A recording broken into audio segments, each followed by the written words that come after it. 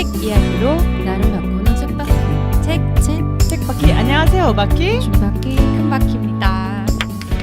반갑습니다. 책바퀴 시즌 3 가을바람 타고 함께 왔어요. 여름 잘 보내셨죠? 이제 겨울인데요? 오늘 날씨는 좀 그렇습니다. 맞아. 하지만 아직 가을이 남았다고 얘기해 주세요. 맞아요. 제가 좋아하는 계절 가을인데 너무 빨리 가서 아쉬워요. 네. 지난 여름 다 어떻게 보내셨어요?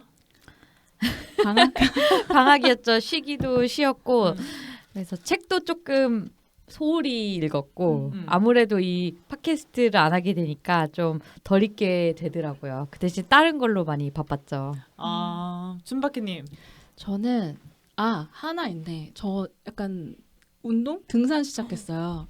근데 뒷동산 등산이긴 한데 너무 그냥 건강을 그래도 이제 좀 챙겨야 될 것 같아서 아침에 출근하기 전에 뒷동산 갔다가 내려와서 씻고 출근하는 그 루틴이 지금 계속 한 달 반째? 오래됐네요. 네, 근데 저도 되게 놀라워요. 저 아침잠 진짜 많거든요. 근데 하고 있습니다. 그게 그래서 근황이라면 근황이에요. 때깔이 좋아지셨어요. 아, 그래요? 저도 그 말 하려고 했어요. 이게 에너지가 달라. 에너지 레벨이 달라 약간 사람이. 그런 거 있는 것 같아요. 약간 사람이 좀 안정된 것도 있고. 그래서 안 그래도 보시는 분마다 살 빠졌냐고 얼굴 좋아 보인다고. 근데 살은 안 빠졌거든요. 근데 얼굴은 좋아 보이긴 하나 봐요. 디톡스가 됐나 보다. 맞아요. 네. 그래서 저희는 시즌 3를 맞이하면서 제가 무슨 책을 할까 고민을 했는데 우리가 이렇게 다양하게 모인 이유가 모두 다 각자의 다양한 시각을 들어보고 싶기도 하고 다양하게 보고 싶어서 시작을 했잖아요. 그래서 제가 평소에 좋아했던 존 버거의 책 다른 방식으로 보기로 시작을 할 거예요. 들어본 적 있으세요, 존 버거?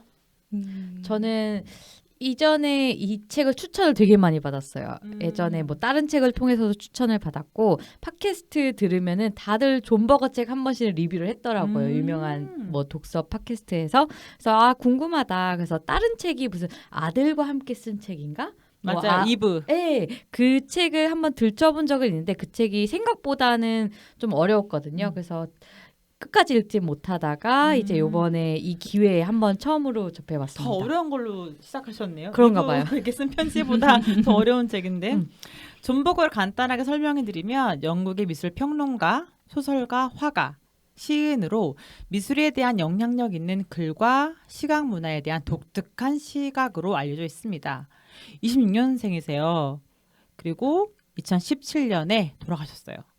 그래도 91세 한국 나이로 사셨으니까 그래도 잘 오래 사셨던 것 같아요. 장수하신 것 같아요. 네. 이 책은 총 7장으로 7장으로 되어 있고요. 근데 2장, 4장, 6장은 그림만 돼 있어서 내용이 아주 많지는 않은 책이었어요. 근데 아쉽게도 그 앞에 제목이 없더라고요. 소제목에. 맞아요. 그래서 제가 이 바퀴들과 함께 크게 3가지 주제로 얘기를 나눠봤으면 좋겠다 싶어서 제가 임의로 소제목을 만들어봤습니다. 첫 번째는 Frames of Understanding, 이해의 틀. 그다음에 The Dichotomy of Exposure, 노출의 이분법. 그리고 The Paradox of Present and Future, 현재와 미래의 역설. 제목 어때요? 괜찮아요? 아니 어떻게 이렇게 지금 네 말이. 저는 이 대본을 전날 공유해 주셨는데 이 소제목이 보이는 거여서 나 이거 읽은 적이 없는데 내가 책을 이렇게 대충 읽었나 해서 약간 반성을 했다가 이거는 오바키님이 임의로 자기가 이렇게 정리해 주셨구나. 그래서 와 준비성이 대단하시다. 3번 읽으니까 좀 보이더라고요. 오늘 한 분이 더 계시네요.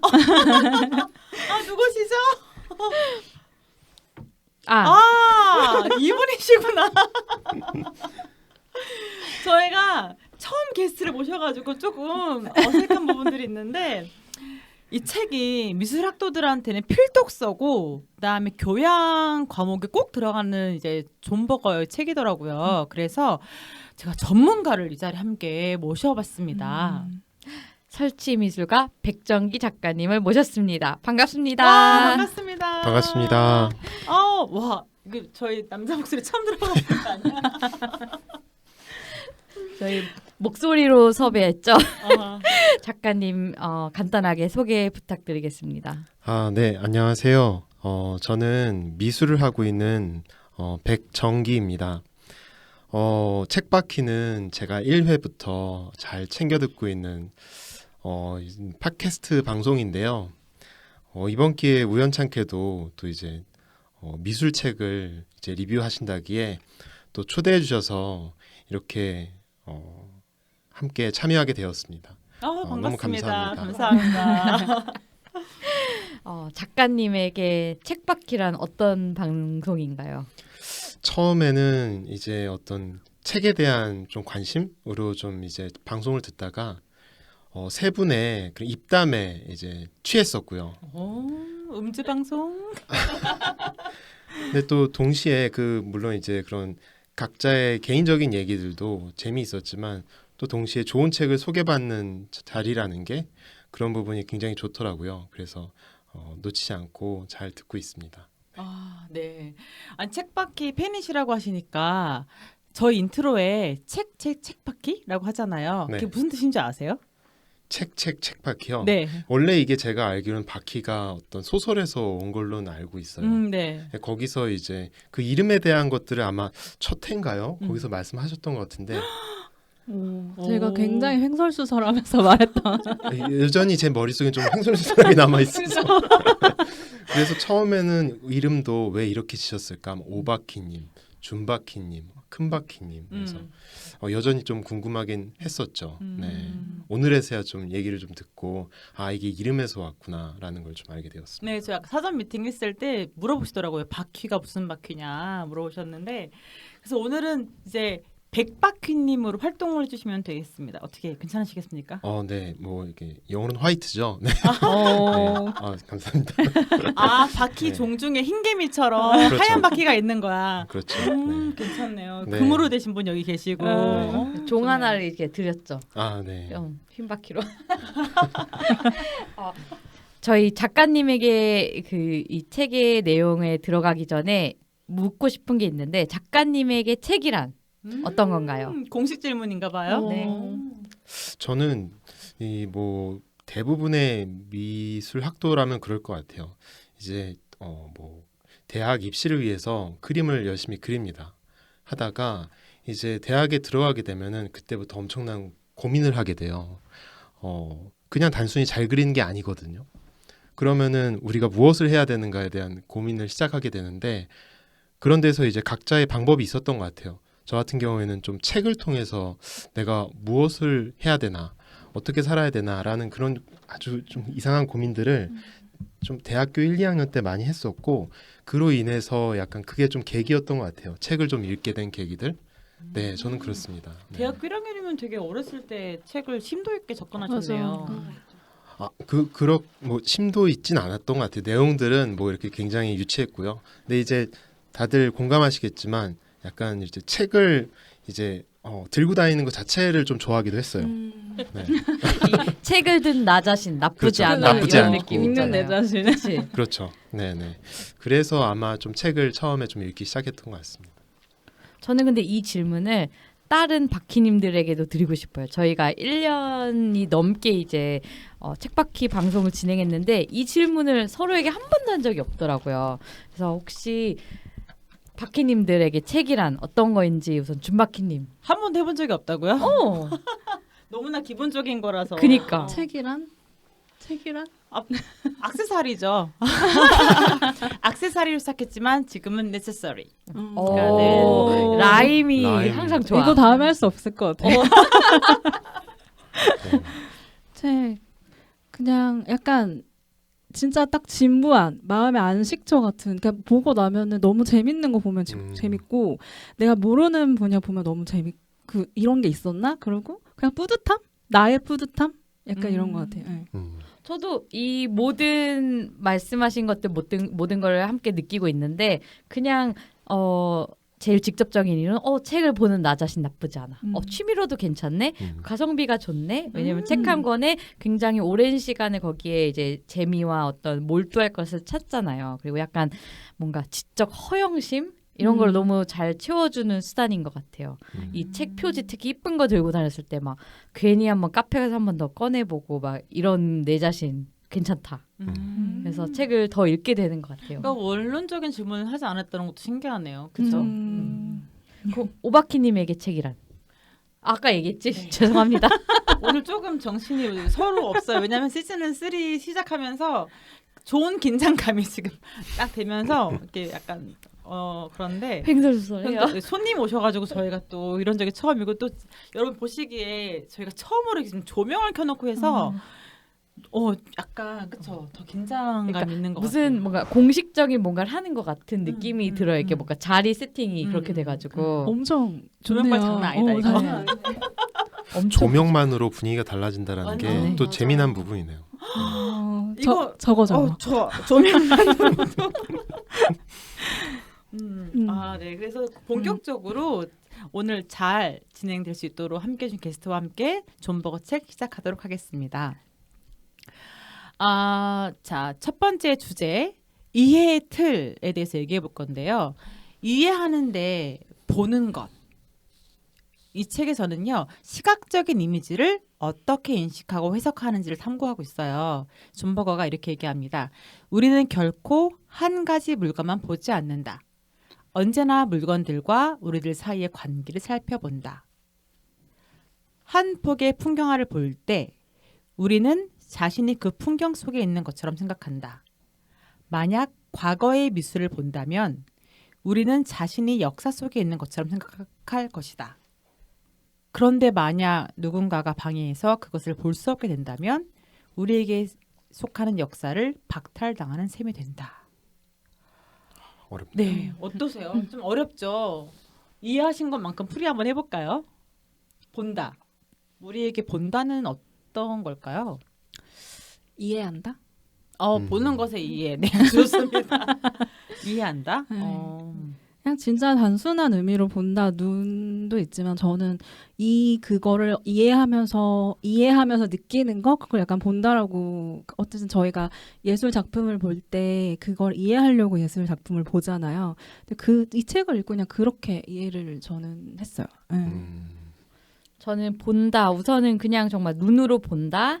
그리고 내가 눈으로 어떤 것을 볼까 했을 때 내가 뭔가 의도를 가지고 그다음에 이것을 뭔가 아까 준바키님 말씀하신 것처럼 뭐 이해하려고 그런 목적을 가지고 본다라고 많이 생각을 하면서 보는 것 같더라고요. 내가 무엇을 볼 때 물론 이제 이렇게 시선을 돌리면서 의도치 않게 보는 것들도 있지만 내가 뭔가 응시를 하고 이게 지각하는 것들은 내가 의도를 가지고 바라보는 것들이잖아요. 그래서 그런 의미가 나에게는 본다라는 의미구나 하는 생각을 이제 간단하게 했던 것 같아요. 이게 또 생각을 하면 할수록 되게 심오해져요. 심오해지더라고요. 그리고 되게 어려워지더라고요. 왜냐면 너무나 기본적인 그 행동이잖아요. 사람들한테. 그래서 이거는 우선은 이렇게만 대답을 해야겠다라는 생각을 했어요. 그러니까 본다라는 게 저희는 어쨌든 유희로 본다라고 한다면 제가 볼 때도 미술을 공부하신 분께서 본다는 또 의미가 다를 것 같아요. 본다라는 거는 굉장히 어려운 질문이긴 했던 것 같아요. 저도 처음에 이 질문을 받고 굉장히 고민을 좀 많이 했던 것 같아요. 제가 이거를 나름 제가 알고 있는 선에서 잘 설명하기 위해서 제가 몇 가지 이야기를 조금 꾸며봤어요. 그러니까 만약에 저희가 코카콜라 로고 아시죠? 빨간색 바탕에 흰색으로 휘갈겨 쓴 그걸 만약 조선시대로 가져갔다고 했을 때 조선시대 사람들에게 보여주면서 이걸 뭔지 아세요? 부적. 라고 물어본다면 그렇죠. 어떤 사람 부적이라고 할 거고 또 어떤 사람은 모른다고 하겠죠. 근데 현대 사람에게 그걸 보여준다면 당연히 코카콜라 로고라고 알겠죠. 똑같은 코카콜라 로고지만 그거를 알고 있는 사람과 모르고 있는 사람은 다르게 받아들이는 거죠. 저는 이거를 모르는 상태에서 그것을 바라보는 거는 그거는 아주 단순한 감각이라고 보고요. 그 다음에 그것을 이해했다라는 거는 감각과 그리고 이해가 합쳐진 지각이라고 생각을 해요. 그래서 우리가 본다라는 거는 이 감각과 지각 두 개가 동시에 작용한다고 볼 수가 있죠. 근데 우리가 보통 일반적으로 본다라는 행위를 감각만으로는 생각을 안 해요. 보통 지각을 함께 생각하죠. 아까 말씀하셨던 것처럼 보는 것은 뭔가를 이해한다라고 생각 많이 하시잖아요. 왜냐하면 이미 우리가 보고 있는 걸 이미 알고 있기 때문이에요. 하지만 우리가 만약 정말 모르는 것, 미지의 것, 우리가 이해할 수 없는 것들, 해석할 수 없는 것들을 봤을 때는 우리는 그것을 그냥 단지 감각하는 것이고요. 앞으로 제가 이제 설명하게 될 이 감각에 대한 얘기에서 이제 앞으로 얘기를 하겠지만 어떠한 선입견도 가지지 않고 단지 바라보는 것, 그것이 앞으로 이제 제가 얘기하게 될 어떤 미술 작품에 대한 감상법, 그런 것들과 좀 연관돼서 제가 좀 더 얘기할 수 있을 것 같습니다. 네, 네. 미술 감상법을 이따가 또 이어서 들으면 좋을 것 같아요. 저는 얘기를 듣다 보니까 본다 이해한다인데 그 이해라는 게 방금 말씀하신 것처럼 내가 아는 만큼, 내가 보는 만큼이잖아요. 그래서 저는 내가라는 걸 중심을 뒀을 때에는 정말 다양한 그러니까 다양한 각도로 봐야 되겠다는 생각을 동시에 했어요. 초점을 맞추는 게 저는 본다인 것 같아요. 저한테는. 초점을 어디에 맞추느냐에 따라서 이것이 작품으로 보이고 그냥 지나가는 먼지처럼 보일 수도 있고 그래서 저에게서 본다라는 거는 초점 맞추기인 것 같아요. 내 입장에서 이 사람 입장에서 또는 사진을 찍더라도 초점 어디에 맞추냐에 따라서 무게가 달라지잖아요. 그래서 저한테는 여러분들 얘기 듣고 보니까 나에게 정의를 내린다라고 하면 보는 것은 초점 맞추기. 근데 저 좀 듣다 보니까 저도 약간 자각인 것 같아요. 진짜 그 지나가면서 먼지 그 정말 그냥 만약에 이 종이컵 하나 있는데 그냥 종이컵이 있는데 내가 뭔가 이걸 자각했을 때 보는 느낌? 지금 약간 오바키님한테서 듣고 딱 자각 이런 느낌이 들었어요.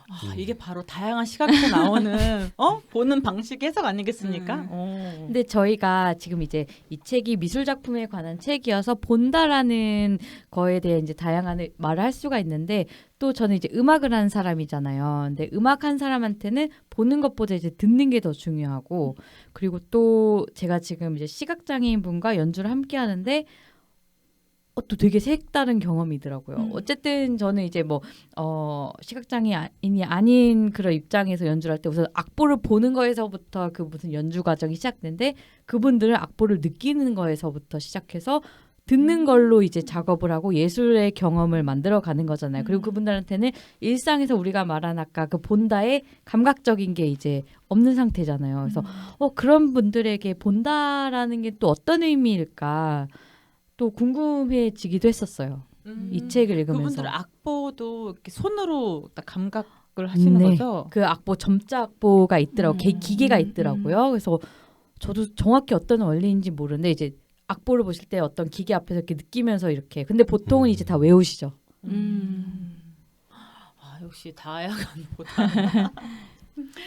그래서 이 보는 거 하다 보니까 이미지라는 거가 나오고요. 이 책에서 초반에는 보는 거, 그림을 그림 그대로 보는 거에 대해 설명을 하다가 거기에 언어가 붙음으로 인해서 해석이 달라지는 것도 얘기를 해요. 그래서 이미지는 이제 문장을 시각적으로 보여주는 예가 된다. 그림을 인용하게 되는 과정을 설명을 해주거든요. 잘 생각해 보면 우리가 이제 그림과 문자가 함께 있을 때 뭐 먼저 보시는지 잘 생각해 보세요. 그러니까 미술관을 갔다 또는 간판을 봤다. 나에게 들어오는 게 문자 먼저이냐 그림 먼저이냐. 다음 글 들어보실까요? 백박희님 부탁드려요. 네. 원작에는 그 그림에 대한 어떠한 정보를 통해서도 느낄 수 없는 침묵과 고요함이 있다. 과거의 예술은 더 이상 과거의 형태로 존재하지 않는다. 권위는 사라지고 그 자리에 이미지의 언어가 들어섰다.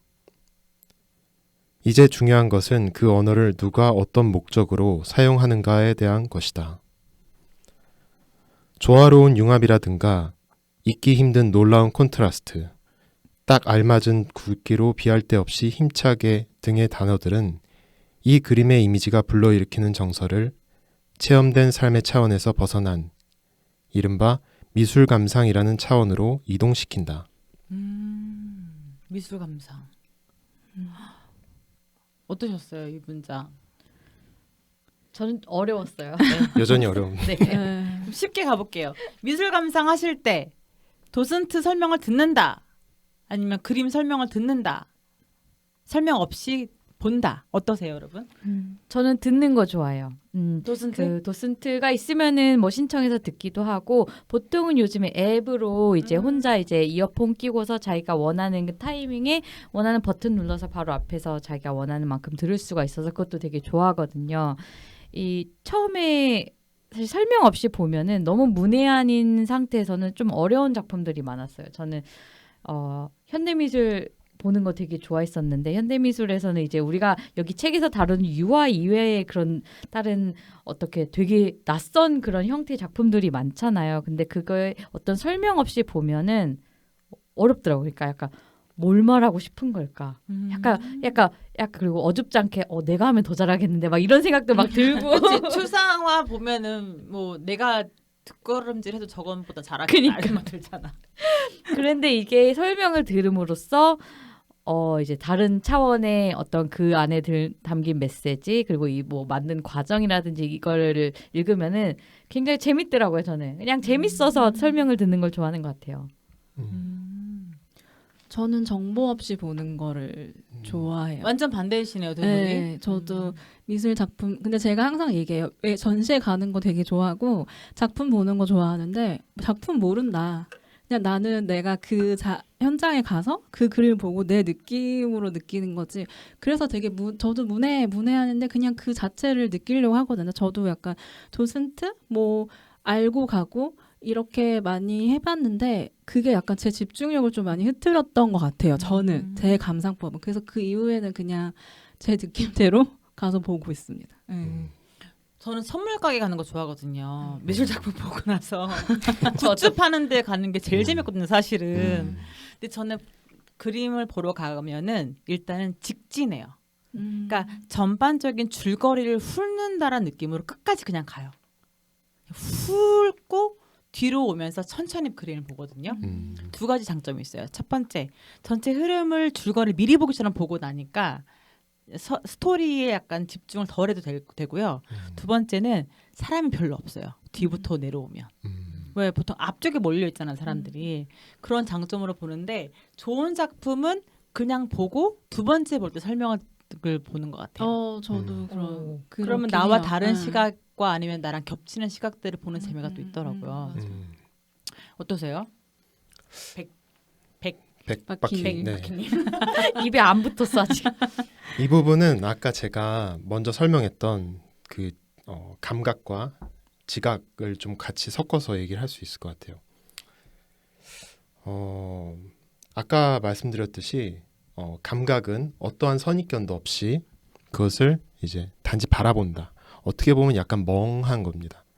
그리고 지각은 그거를 이해하고 있는 거죠. 근데 보통 예술 작품이라는 거는 이 어떤 감상법에 대한 그런 얘기들이 사실 고대 그리스부터 있었어요. 제가 네. 그래요? 감상법이요? 올바른 감상법에 대해서 아. 고대 그리스 철학가도 이미 그런 얘기를 많이 했었어요. 제가 오늘 가져온 사람은 이제 로마 시대의 철학가인데요. 이 사람 이름은 플로티누스라고 합니다.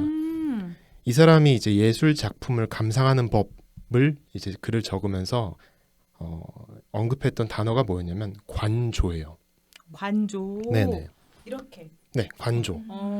그 관조가 현재까지도 쓰이고 있어요. 이 미학에서도 이제 그 단어 자체가 물론 이제 그때 당시에 플로티누스가 사용했던 그 관조의 의미와는 살짝 다르긴 해요. 그러니까 제가 지금 관조라는 들었을 때 떠올리는 이미지는 네네네. 팔짱을 끼고 뒤로 한 걸음 물러서서 이렇게 바라보고 있는 이런 네. 느낌이거든요. 이게 맞는 건가요?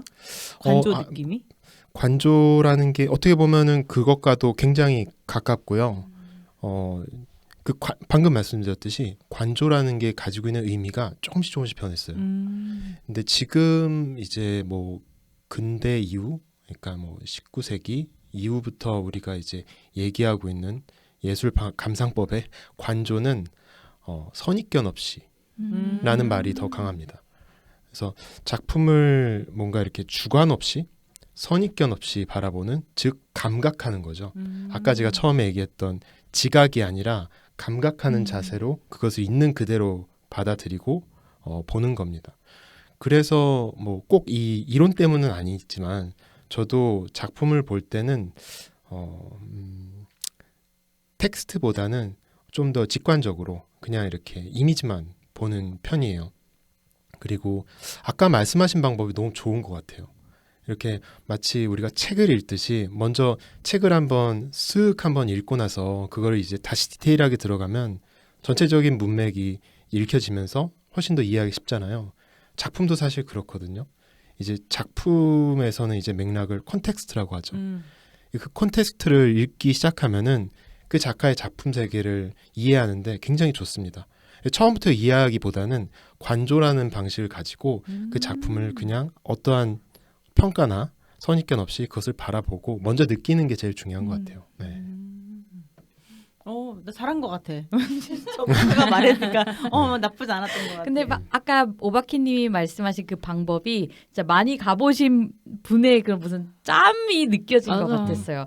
저는 처음에 사실 미술관을 이렇게 가기 시작했을 때 사실 처음에 가면 약간 그 느낌 있잖아요. 뭔가 overwhelming이라는 그 단어가 너무 많아. 압도되는 근데 이걸 다 봐야 될 것 같은 뭔가 숙제 같은 것도 있고 그렇다고 하나하나 보자면은 너무 그 디테일이라든지 그 안에 담긴 메시지 너무 많아가지고 이제 이게 숙제처럼 다가오는 거죠. 그러다 보니까 즐기려 갔는데 즐기지 못한 경우도 처음에 되게 많았어요. 아직도 사실 가면은 그런 느낌이 많이 들기도 하고요. 근데 이 방법 저도 써보고 싶다는 생각이 드네요. 한번 해보세요. 괜찮아요.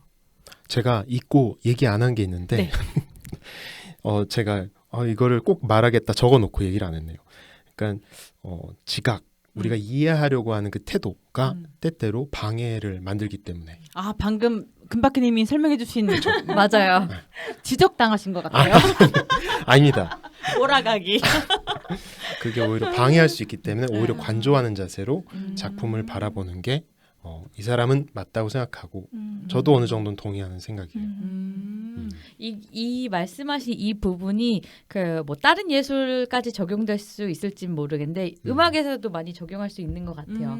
음악을 감상할 때 그 음악에 대한 설명도 굉장히 많잖아요. 뭐 작곡가의 뭐 스토리, 이 음악의 형식 이런 거 다 너무 사실 알면은 좋고 도움되긴 한데 제일 중요한 거는 그 음악을 딱 들었을 때 그 느낌이거든요. 그건 사실 어떤 정보가 없이 들었을 때 가장 정확한 것 같아요.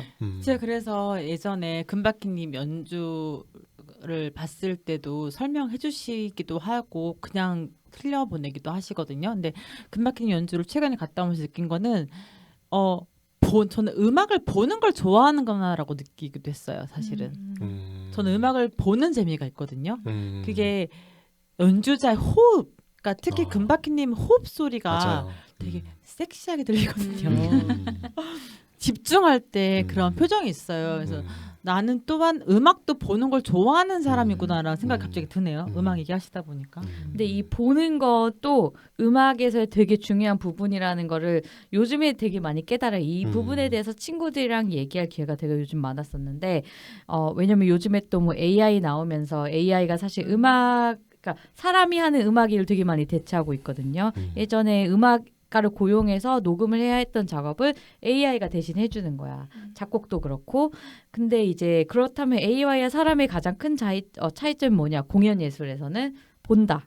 인간의 그 근육 움직임이 하나, 그 숨소리, 그러니 근육이 되게 섬세한 근육이잖아요. 이런 거를 볼 수 있는 거에서 느껴지는 감동이 또 다르기 때문에 또 음악에서도 보는 것도 하나의 중요한 요소다. 이런 말 했던 게 기억이 나요.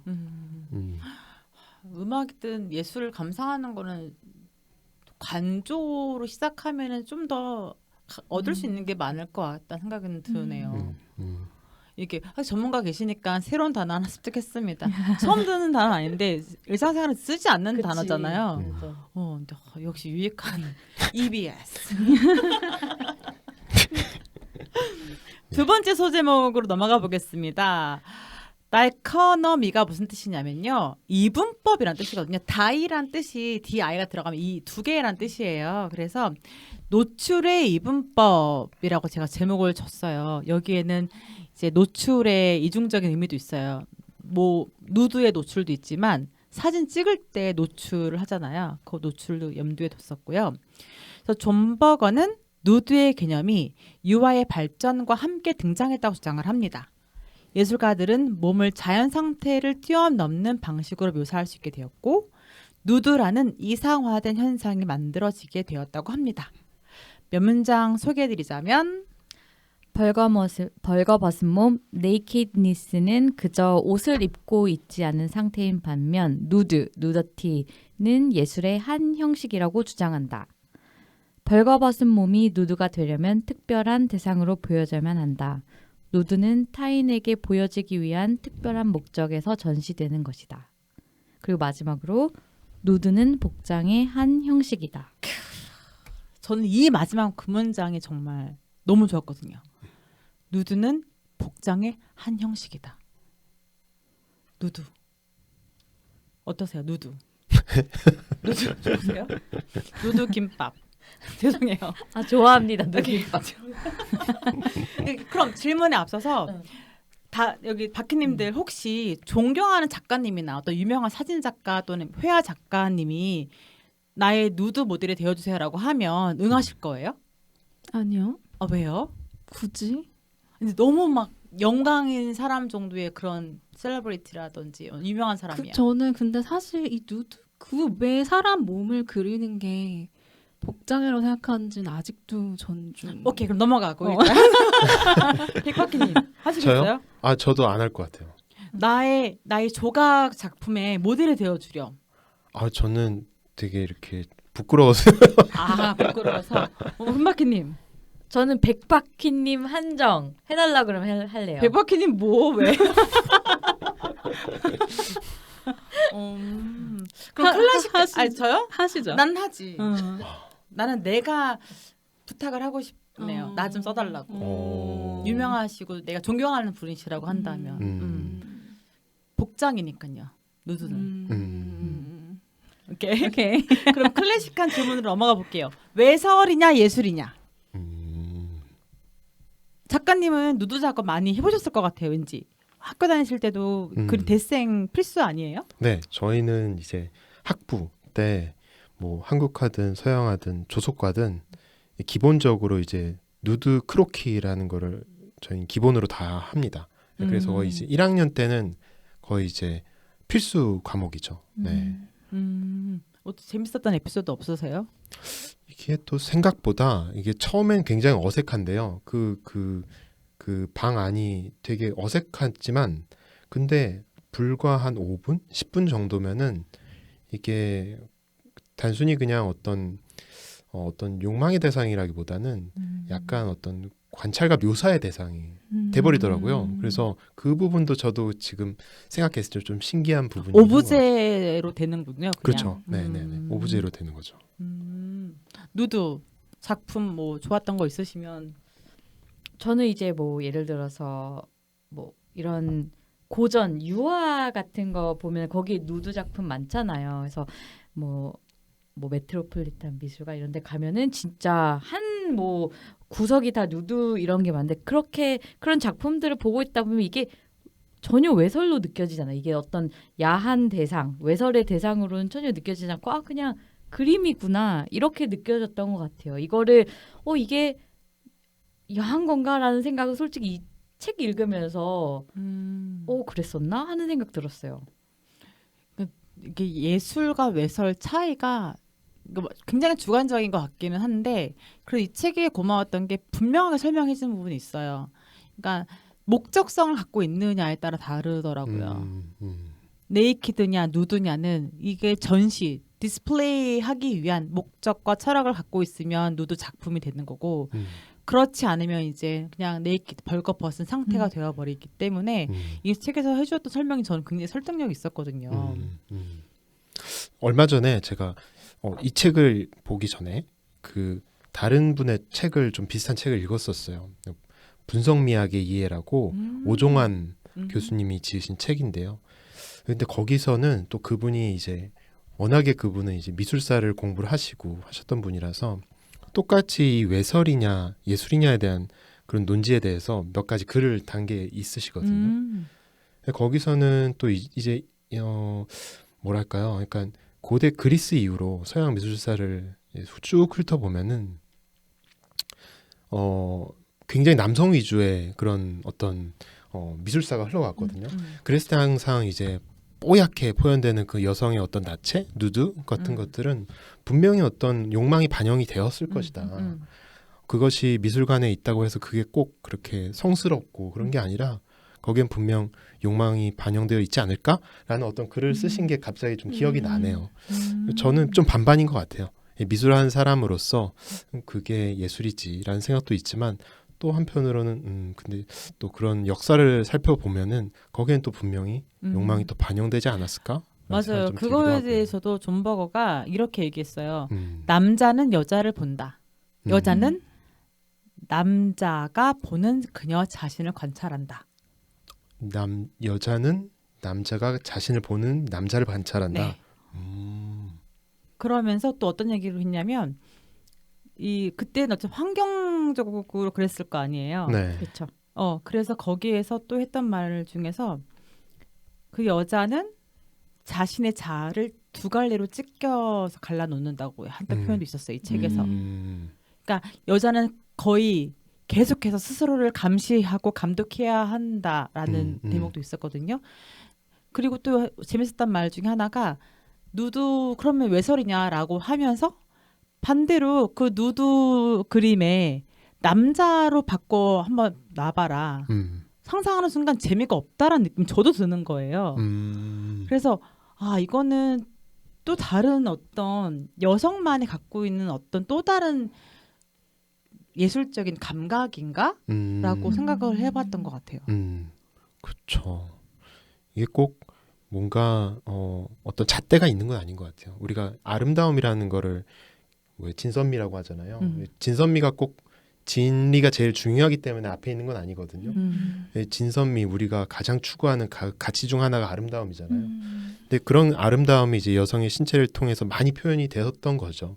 그랬을 때 확실히 어떤 우리가 이건 외설이야, 이건 막 예술이야라고 할 수 있는 그런 잣대가 확실하게 어떤 이렇게 딱 편을 가르듯이 있긴 좀 힘든 것 같긴 그럼 하네요. 동시에 드는 생각이 디스플레이잖아요. 보여주기 위한 예술이라고 하면 그걸 보고 좋아하는 사람이 있어야 된다는 거예요.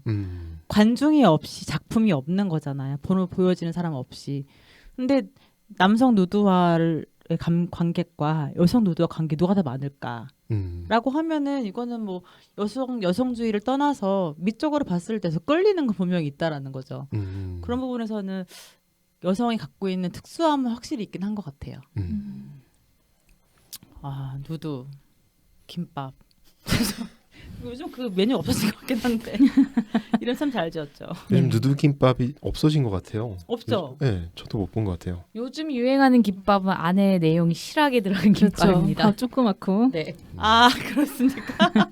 김밥 얘기로 김밥을 넘어갔다가 좋아해서, 네. 다시 돌아와 볼까요? 네. 그러면 네, 그러면 지금 잠깐 쉬었다가 2부에서 만나도록 하겠습니다.